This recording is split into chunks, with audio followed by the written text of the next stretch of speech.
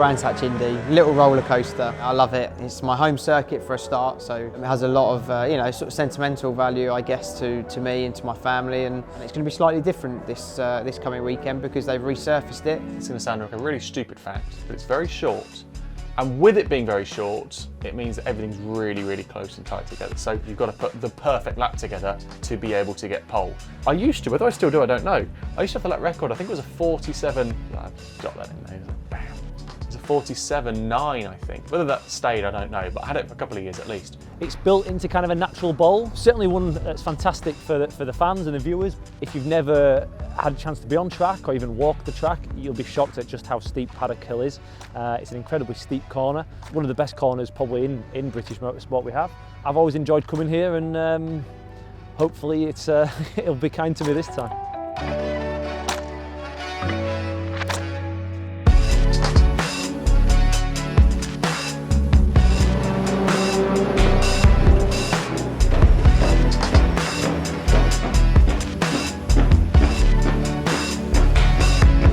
It wasn't the weekend I hoped for at Donington, and therefore I wasn't in the position I wanted to be, and therefore I had hybrid available all the time, as did all the people around me. And the thing is, when we all have it at the same time and we've all got exactly the same amount to use, it's hard to say whether it really affects the racing at all. We've all been racing quite a while. We can all look at a track layout and say, look, this is where we should be using it. The racing hasn't changed, which is a good thing. If anything, it's got slightly better. Every time you get a run on someone now, it's a challenge to see whether they're using hybrid or we're using hybrid. It's nice that, from a driver's perspective, the car feels good. Because that was always the problem when we had success ballast in the past. You'd go, well done, you've won a race. Now have a rubbish car. You wouldn't be able to stop, you wouldn't be able to get it through the corners, you wouldn't be able to get it off the corners, so it just felt a bit crap. Well, now it's like, you know, well done, you've won a race. Here's still a good car, see what you can get out of it. And in that respect, it's really enjoyable.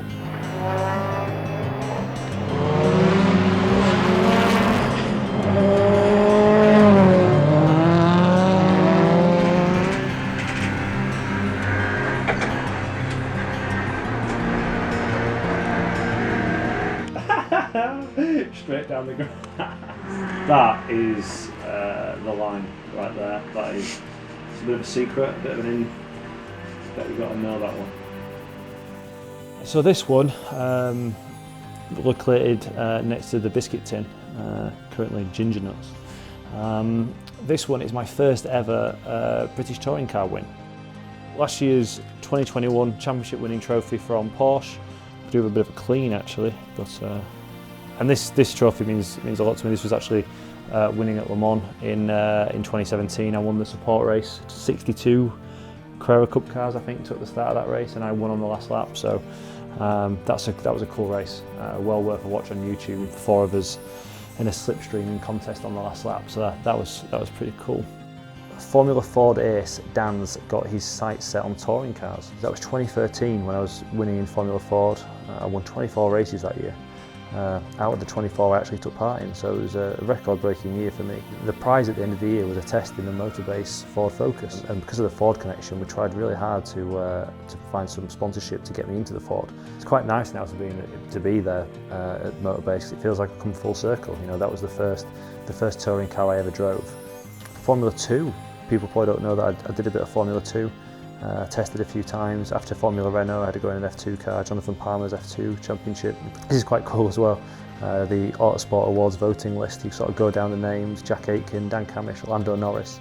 You know, one day, you know, you can look back and hopefully show kids or grandkids, you know, your name was right next to you know, one of the current Formula 1 superstars. Is pretty cool, and just across from Lewis Hamilton in there. Sometimes I forget that it's just nice to even have your name printed on the same page as these guys.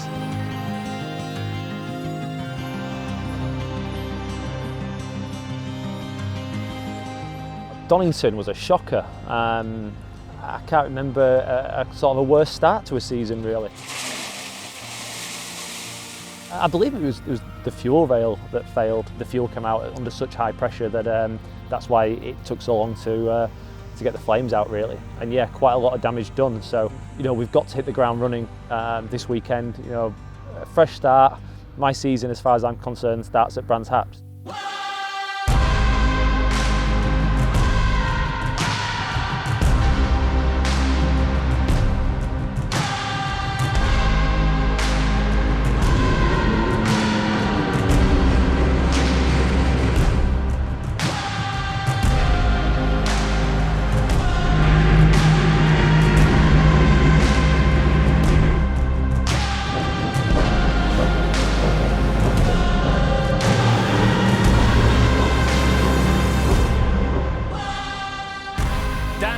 Cammish, who was second, has had his lap time disallowed for exceeding track limits. They are a team that is struggling. They just can't find the right balance on this car. And now Ash Sutton's had a time disallowed.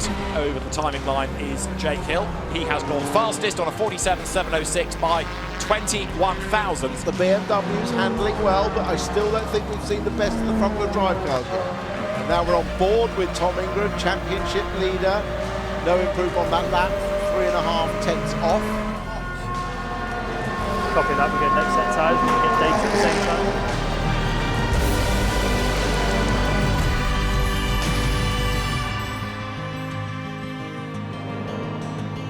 Cammish has improved, he's just got in the top 10 with 9th. It's nice to actually get to the end of qualifying. I mean, it's probably a bit hotter here today than it was in the car that day, to be honest. It buoyed to be in the top 10, but also disappointed to only be half a tenth away from the top 3 or 4. I think there's 5 BMWs in the top 7 or something. You know, it's quite clearly a day that suited the BM. Josh Cook weaving about a bit, that's implying he's on his second set of tyres. The front-wheel drive cars, you know, the front tyres go off so quickly, and that's one thing that maybe the public don't really understand so much, is just how much the heat affects the front-wheel drive cars, but yet brings the rear-wheel drive cars into a better place. Now, Colin Turkington, absolute best sector 1. He's heading up towards the timing line then and goes on to pole position. His 25th pole position. 0.167 of a second quicker than Jake Hill.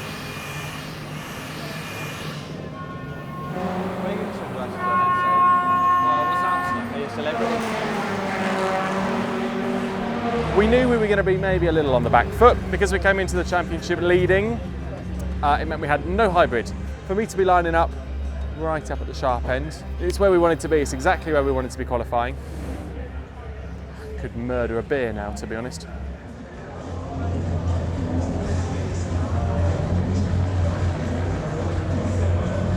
Yeah, we're right. Yeah.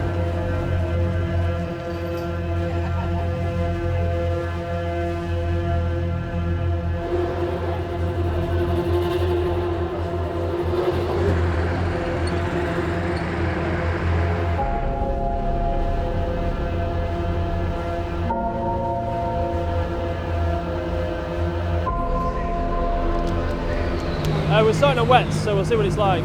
Just do the green flag laps and then make a call on the grid. Adverse weather conditions start, so we've got to queue up here. So when the first car arrives on the grid, we've got 12 minutes. Went back a little bit on the damping on the rear. Just softened it off a little.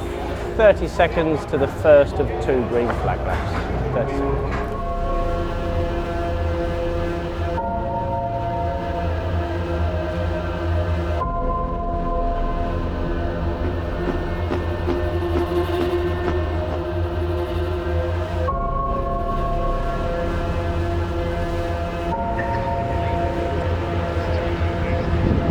Round 4 of the Kwik Fit British Touring Car Championship, and it's go, and who makes the best start? Good getaway by Josh Cook, but then Adam Morgan comes across on him and Jake Hill makes a better start from the outside of the camber grid. Jake Hill is on the tail of Colin Turkington for the race lead. Yeah, interesting. Jake Hill made probably the better start, didn't he? But he very much did not fight or challenge Turkington into turn 1. Stephen Jelly holding up Josh Cook, the leading front-wheel drive car.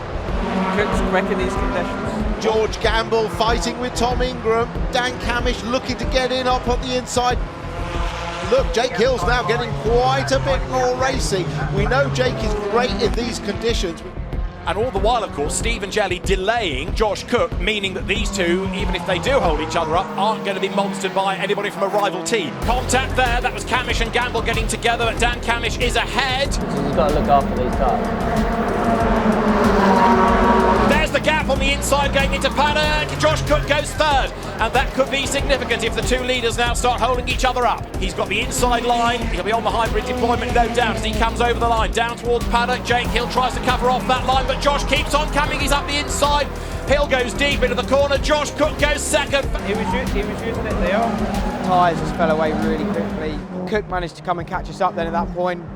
got past, he managed to make it to Turkington. First and second now really within touching distance. Josh Cook takes over the race lead at Paddock. Brilliant stuff. Hill's gone through on Turkington. Hill's through on Turkington for second place, and immediately behind is Ingram. Got past Colin and started to hunt down Cook, and I thought we're on. Cars starting to go live again. Jake Hill might yet be able to come back at Josh Cook. And then I just snatched the rear brakes and partly the wet line as well into Paddock, and it just dragged me through the gravel.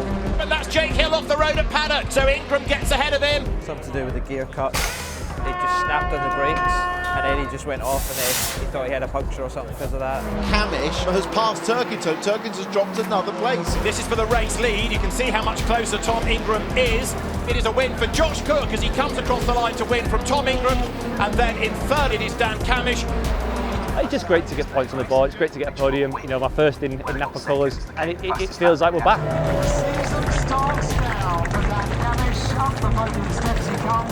Yeah, it's my first podium in a touring car in a fair while, so it's nice that I can still do it. So the confidence will grow from here. Well done, congratulations. Tom Ingram in second place. The winning account is opened for Josh Cook, everybody. Well done. Well done, Josh.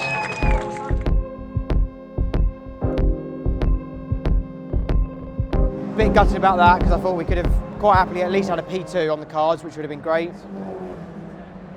It is what it is. We still finished fourth, still a lot of points, which is great. But now we can just move forward, hopefully, for race 2.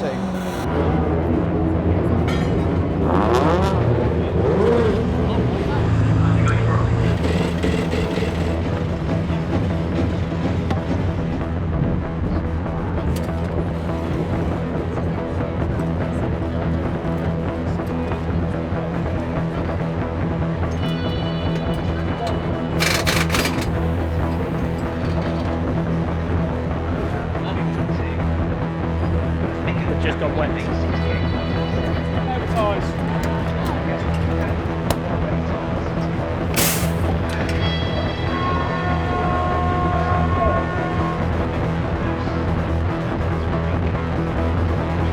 WSR, they're saying that they just didn't get quite the right setup. They dropped the spring rates for the greasy conditions, but not enough. They like wet, they like dry. Those cars don't like intermediate conditions, and that is exactly what we have again. And Jake Hill is away like a stab rat. A fantastic start round the outside. He's up into second place. The slow start made by Dan Cammish there in the blue and yellow Ford. Here comes Hill for the race lead, and Josh Cook in the Honda dives across the road to prevent him from doing so. He parked it on the apex here, so he can't pull out.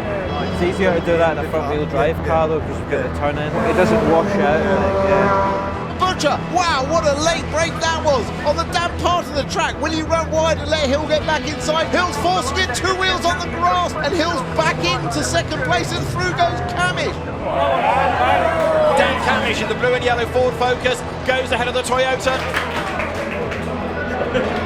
Now the fastest lap of the race has gone to Tom Ingram, and it's important because there's another point at stake for the fastest lap, and that could be crucial come the end of the season. Butcher back up the inside of Cammish, retakes third place, and there is Butcher out wide. Oh, Rory's off. And that spoils all the hard work because Dan Cammish goes back ahead of him. This is Cammish's chance to challenge on the inside. Oh, but Hill slides wide, he went in too quick, and he spins. Cammish is on a mission. See the way he stormed up to catch Hill, and straight away he's on the back of Cook. Cammish goes to the outside, the checkered flag awaits. How about this? To finish a British Touring Car Championship race, they're going to be nose to tail, and Josh Cook is the first double winner of the season. Dan Cammish second, Rory Butcher was right back with them in third.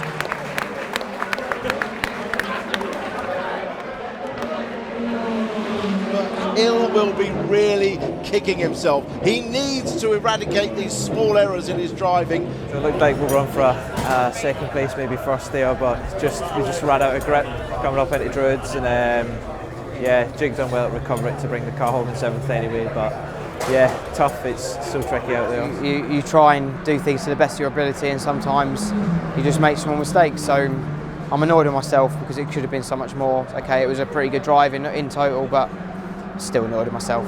Good job. That's good. Oliver. Thank you. Oh, and West Ham have beaten Man City. Dan Cammish. 8 seconds step on the podium, he goes with a huge and a second podium of the day. How would I word it? I think there's this image of me that I'm very intense, very driven, moody, kind of serious racing driver. Just a real intensity, which is actually kind of not true in many respects once you get to know me and if you see me away from certain aspects.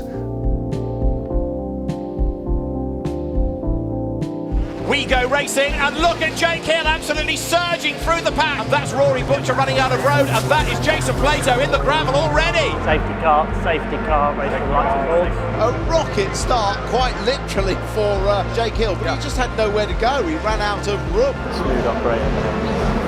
Turkington's building the gap. Jake Hill is stuck in the traffic now. Maybe Hill's being a little bit more circumspect after the errors from the previous race, but he does need to get a push on. His hybrid light was flashing in the rear three-quarter window, and he does pull past Thompson.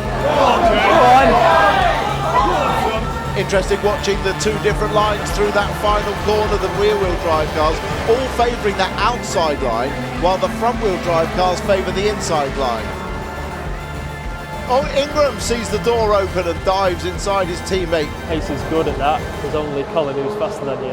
Tom, again, thinking about points, thinking about winning this championship that he really so badly wants to do. And Colin Turkington takes the checkered flag. He is victorious at Brands Hatch, a 61st career win from Jake Hill in second place, and Bobby Thompson a really good third. His best ever touring car result, an overall podium for the first time. Yeah, it was a tough one. We lost some front performance, so whether that's in a tyre or something that we've done, we didn't really change too much between race 2 and 3, so we're hanging on at the end there, I think. Yeah, there was a lot to think about, there was a lot to process. Every time we've been out there, the circuit's been different. Sort of crossing my fingers that it would dry out a bit more, and it never really did. But we go away buoyed, we got some points, 2 podiums, which is fantastic off the back of a really tough Donington. It was great to bounce back, and we had to bounce back, and it was important that I got my season started. Our cars worked a lot better in the wet conditions. I made a couple of really good overtakes. My start was lightning, which I'm very proud of. I finally got it right. They are, at the moment, I think for out and out speed, in perfect conditions, they are the fastest car. I'd say they're the fastest car by a little bit of a margin right now. We've got a car that's very fast at both ends of the spectrum, but in the middle, kind of struggles. At the moment, we can be fast throughout all. We just need to unlock something in this focus that we're kind of missing at the moment. Thruxton next, so yeah, looking forward to that. The BMW's apparently never been that strong there. I know what we need to work on now, just in terms of what we need to do during the race weekend, but yeah, I'm pleased. It's a good day.